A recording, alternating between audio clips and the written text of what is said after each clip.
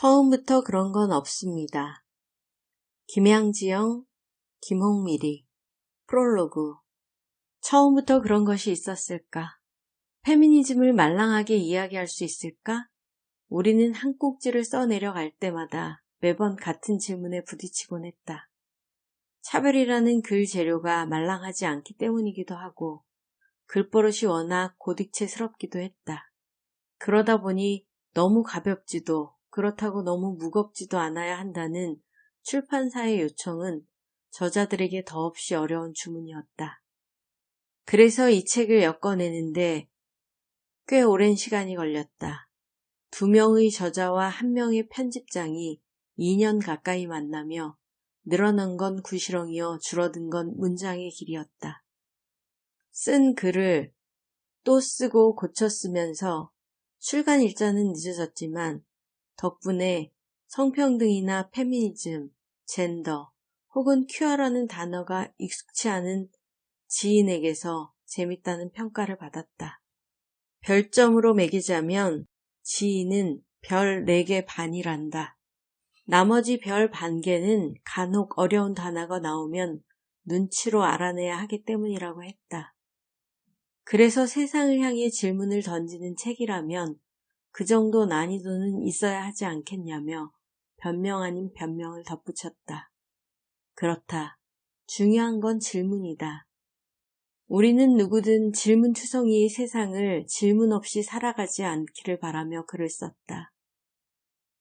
페미니즘을 만나 이제껏 학업과 운동을 이어온 사람으로서도 그렇지만 매 순간이 모순이었던 자녀 양육기를 거치면서 품게 된 마음이기도 하다. 우리는 페미니스트이고 여성학 연구자인 동시에 엄마였다. 공교롭게도 김양지영은 주민번호 앞자리가 3번인 아이의 엄마이고 김홍미리는 주민번호 앞자리가 4번인 아이의 엄마다. 여자란 누구이며 남자란 누구일까? 성적 차이는 처음부터 있었던 걸까? 아니면 각기 다른 모양과 내용으로 기대받는 문화와 무리의 실천을 통해 만들어지는 것일까? 이 질문은 2명의 페미니스트가 이 책을 쓰게 된 계기이자 답해보고 싶었던 것이기도 하다. 초등학교 운동장은 왜 다 축구 경기장처럼 생겼는지, 여자들은 원래 감정 노동을 잘하는지, 사람들은 스스로 여자 혹은 남자라는 것을 어떻게 알게 되는지, 그런 질문을 해본 적은 있는지, 나도 군대에 가야 돼 라고 묻는 아들의 질문에 어떻게 답해야 하는지, 딸의 생리가 부끄럽지 않을 방법이 있는지, 일에 치인 노동시장 말고 서로가 보살피는 노동시장은 여전히 우리에게 먼 미래인지 말이다.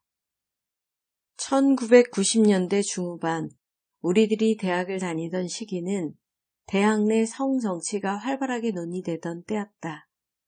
지금처럼 다양하진 않았지만 당시에도 페미니즘 책과 영화가 쏟아져 나왔다. 특히 게르드 브란튼베르그의 소설 이갈리아의 딸들은 남성과 여성의 역할을 본래 그러한 것으로 알고 살아가던 우리에게 처음부터 그런 것은 아닐지도 모른다는 낯선 질문을 던져주었다. 그때부터였다.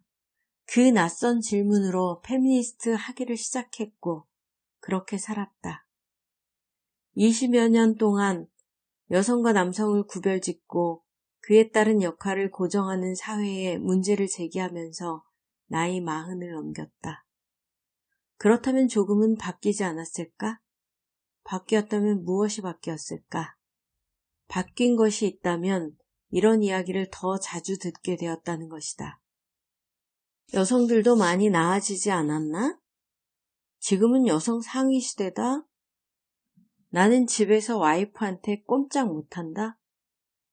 이 말들은 차별이 수정되었다기보다는 차별을 허위로 만들려는 사람들이 늘어가는 사회를 반영한다.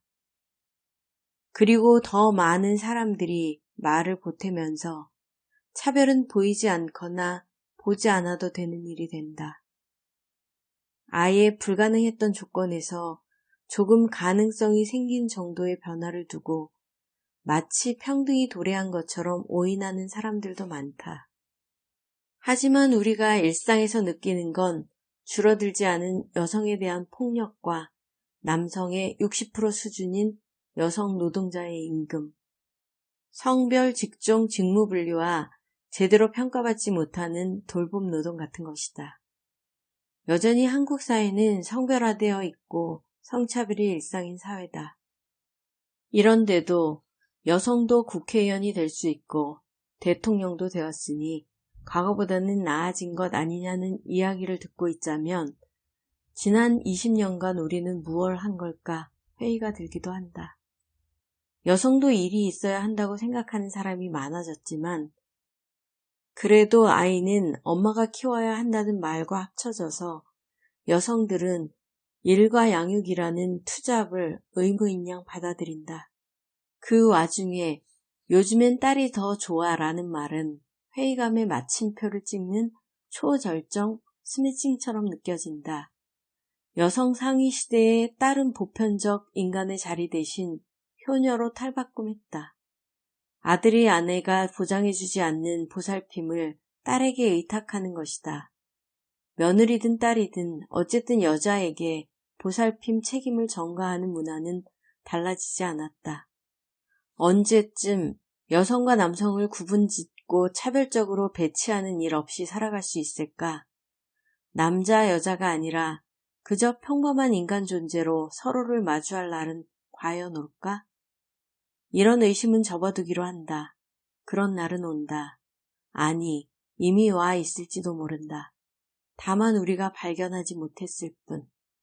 맥락을 중요하게 생각하는 페미니즘은 단어 하나를 사용하는데도 몇 줄의 사전 설명이 필요할 때가 많다. 하나의 단정적 사실이 아니라 여러 개의 부분적 진실이 더 강한 객관성을 갖는다고 여기기 때문이다. 문장을 마무리할 때 그렇다라고 말하기보다는 그럴 수 있다는 서술을 선호하는 것도 그런 이유에서다. 덕분에 문장은 조금 더 길어지고 단어를 따옴표 안에 채워 넣은 경우도 많다. 작은 따옴표가 붙은 단어는 그 의미가 임시적이거나 부분적인 경우다. 이 책의 어딘가에서 작은 따옴표에 묶인 단어를 만나면 앞뒤의 맥락에서 그 말의 의미가 어디에서 와서 어디로 가는 중인지 떠올려보고 상상해도 좋겠다. 편집 기간을 거치면서 긴 문장과 늘어지는 단락, 난무하는 따옴표와 서술어 등이 정돈되었지만 자칫 이 과정에서 맥락을 삭제해버리는 것은 아닐까 하는 우려는 남아있다. 그로 인한 곡해는 온전히 우리가 책임져야 할 몫이다. 독자들이 이런 부분을 발견하고 지적한다면 곧바로 수정할 준비가 되어 있다. 사실 페미니즘은 정답이 없고 움직이는 질문과 잠정적인 답변 속에서 변화하는 것이니 독자들의 질문이 많을수록 이 책은 성공이다. 이를 희망이라 불러야겠다. 우리가 이미 가슴속에 품고 있는 그것 말이다. 처음부터 그런 건 없습니다. 김양지영